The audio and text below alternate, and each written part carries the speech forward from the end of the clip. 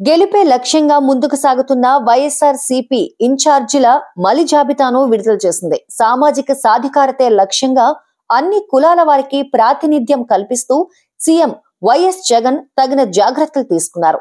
Party అవసరాల దృష్ట్యా కొంతమందిని స్థానాలు మార్చారు. రాజమండ్రి ఎంపీగా ఉన్న మార్గాని భరత్ ను రాజమండ్రి సిటీకి మార్చారు. మంత్రి చెల్లుబోయిన వేణుగోపాల్ ను రామచంద్రపురం నుండి రాజమండ్రి రూరల్ కు మార్పు చేశారు. మాజీ మంత్రి వెల్లంపల్లి శ్రీనివాసరావును విజయవాడ సెంట్రల్ కు మార్చారు. ఆయన స్థానంలో మైనార్టీకి చెందిన షేక్ ఆసిఫ్ కు అవకాశం ఇచ్చారు. అలాగే యువకులకు అవకాశం కల్పించే ఉద్దేశంతో మచిలీపట్నం నుండి పేర్ని నాని తనయుడు పేర్ని కృష్ణమూర్తికి, చంద్రగిరి నుండి చెవిరెడ్డి భాస్కర్ రెడ్డి తనయుడు చెవిరెడ్డి మోహిత్ రెడ్డికి, రామచంద్రాపురం నుండి పిల్లి సుభాష్ చంద్రబోసు తనయుడు పిల్లి సూర్యప్రకాష్ కు అవకాశం కల్పించారు. పోలవరం నుండి తెల్లం బాలరాజు సతీమణి తెల్లం రాజ్యలక్ష్మికి అవకాశం ఇచ్చారు.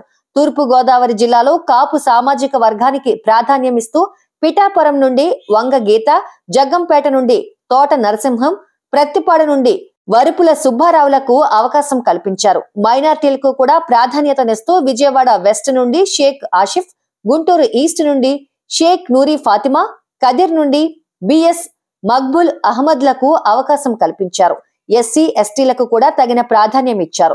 ఎస్పీ సామాజిక వర్గం నుండి పాయికరావుపేట నుండి కంబాల జోగులు, పి గన్నవరం నుండి విప్పర్తి వేణుగోపాల్, ఎర్రగొండపాలెం నుండి తాటిపర్తి చంద్రశేఖర్లకు అవకాశం కల్పించారు.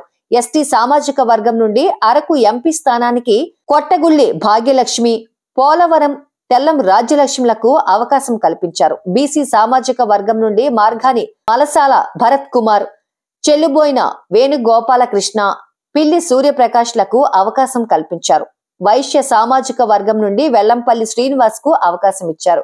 తొలి జాబితాలో 11 మంది, రెండో జాబితాలో 27 మందిని నియోజకవర్గ ఇన్ఛార్జీలుగా నియమించారు. 2 జాబితాలు కలిపి మొత్తం 38 మందిని నియమించారు. అన్ని సామాజిక వర్గాలకు తగిన ప్రాధాన్యం ఇస్తూ మార్పులు చేశారు.